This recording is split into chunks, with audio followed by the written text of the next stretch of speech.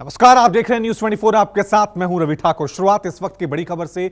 नू हिंसा के मामले में अब तक 7 लोगों की मौत हो चुकी है।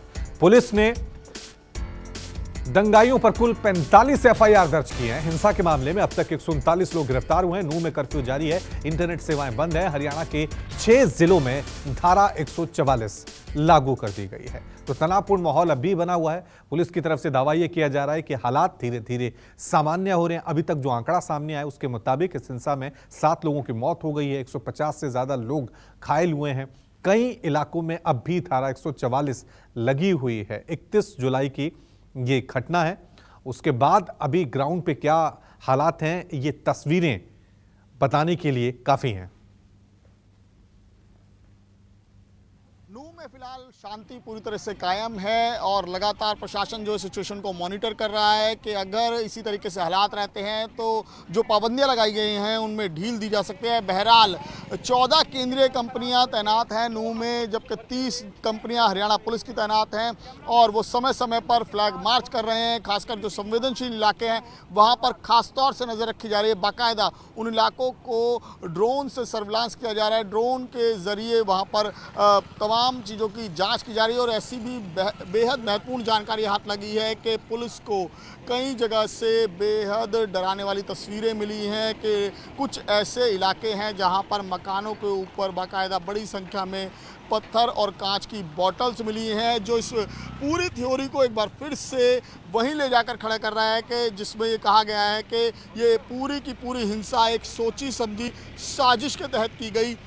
इसको लेकर लगातार कई चीज़ें निकलकर सामने आ रही हैं। लगातार धरपकड़ अभियान भी पुलिस का चल रहा है और अब तक 137 गिरफ्तारियां कुल हो चुकी हैं। और एक तरफ पुलिस जहां धरपकड़ अभियान चला रही है तो वहीं दूसरी तरफ कोशिश यही है कि एक बार फिर से पूरे नूह में हालात सामान्य कर दी जाएं और एक बार फिर से ज़िंदगी पटरी पर लौट सके। कमिश्नर कलिकांत के साथ विमल कौशिक, न्यूज़ 24, नूह मेवात, हरियाणा।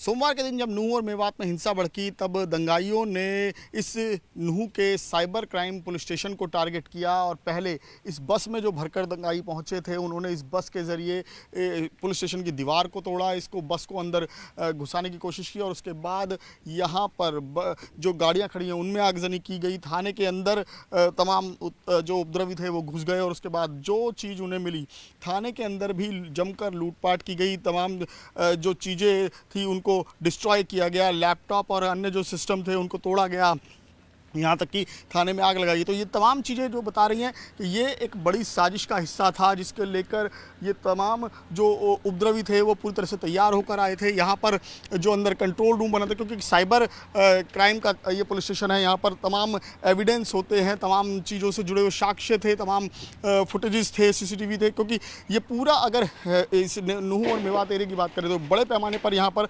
साइबर फ्रॉड होता आया, जिसको लेकर कई बार शिकायतें की और खुद गृह मंत्री यहाँ पर खास नज़र रख रहे थे। अमित शाह के एक बार खुद जानकारी के बाद यहाँ पर बड़े पैमाने पर रेड की गई थी, जिसके बाद कई गिरफ्तारियाँ हुई थी।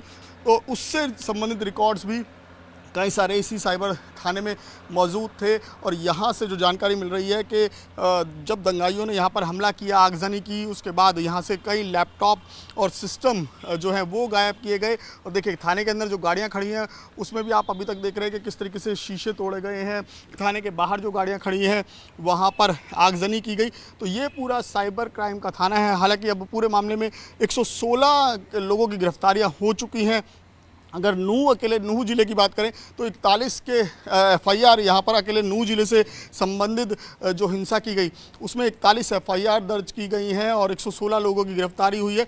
और अब इन 116 लोगों को कोर्ट में पेश करके तमाम लोगों को रिमांड पर लिया जाएगा। और इस पूरे मामले में इन्वेस्टिगेशन में इसी साइबर पुलिस स्टेशन का बहुत महत्वपूर्ण रोल है, क्योंकि कई महत्वपूर्ण सुराग जो CCTV फुटेज और वीडियो फुटेज से निकलेंगे, कई आरोपियों की पहचान उन्हीं से होगी। और सबसे एक और महत्वपूर्ण चीज़ जो चौंकाने वाली जानकारी यहाँ से सामने आई कि इस मामले में हिंसा में कई ऐसे चेहरे भी नज़र आए हैं जो पहले से पुलिस की गिरफ्त में रह चुके हैं, जो पहले से साइबर क्राइम से रिलेटेड कंप्लेंट्स में जिनको ये कहें कि आरोपी पाया गया है, जिनको हाल ही में जब पुलिस ने बड़े पैमाने पर यहाँ पर रेड की थी और कई लोगों की गिरफ्तारी हुई थी, तो उस संबंध में जो लोग पकड़े गए थे उनके चेहरे भी आइडेंटिफाई हुए हैं। तो ये महत्वपूर्ण चीज़ें हैं और इसी पुलिस स्टेशन का रोल बेहद महत्वपूर्ण हो जाता है। तो इसीलिए भी ये पूरी घटना जो है एक सोची समझी साजिश के तहत की गई हिंसा की तरफ इशारा करती है, क्योंकि न सिर्फ बाकायदा साइबर क्राइम थाने में हमला किया गया, बल्कि यहाँ पर जो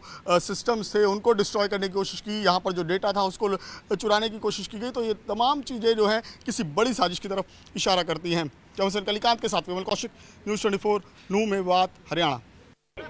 मेवात में एक बार फिर से शांति स्थापित हो सके, दोबारा से ज़िंदगी पटरी पर लौट सके, इसके लिए लगातार पुलिस प्रशासन मुस्तैद है और लगातार फ्लैग मार्च किया जा रहा है। ये मेन मार्केट है, वो ये मेन चौक है नूह का, जहां पर हिंसा भड़की थी और उसके बाद कई गाड़ियों में आगजनी हुई थी, लेकिन अब पूरे इलाके में शांति स्थापित है। और इसको लेकर देखिए, यहाँ पर केंद्रीय सुरक्षा बल की जो 14 कंपनियाँ तैनात हैं, इसके अलावा जो हरियाणा पुलिस की 30 कंपनियाँ लगातार यहाँ पर तैनात है और चप्पे चप्पे पर नज़र रख रही है। फ्लैग मार्च केवल इसीलिए किया जाता है कि विश्वास बना रहे लोगों को कि यहाँ पर सुरक्षा बेहद चाक चौबंद है। बहरहाल कुछ पाबंदियों को बढ़ाया गया है, कुछ पाबंदियों में ढील दी गई है। कर्फ्यू में जो 2 घंटे की ढील दी गई थी उसे आज 1 घंटे और बढ़ाया जा सकता है, यानी कि 3 घंटे तक कर्फ्यू में ढील दी जा सकती है। इसके अलावा इंटरनेट बैन को बढ़ा दिया गया है। अब 5 अगस्त तक इस इलाके में इंटरनेट पर पाबंदी रहेगी और लगातार जो इसके आसपास के इलाके हैं वहाँ पर भी पुलिस लगातार जो है वो सोशल मीडिया पर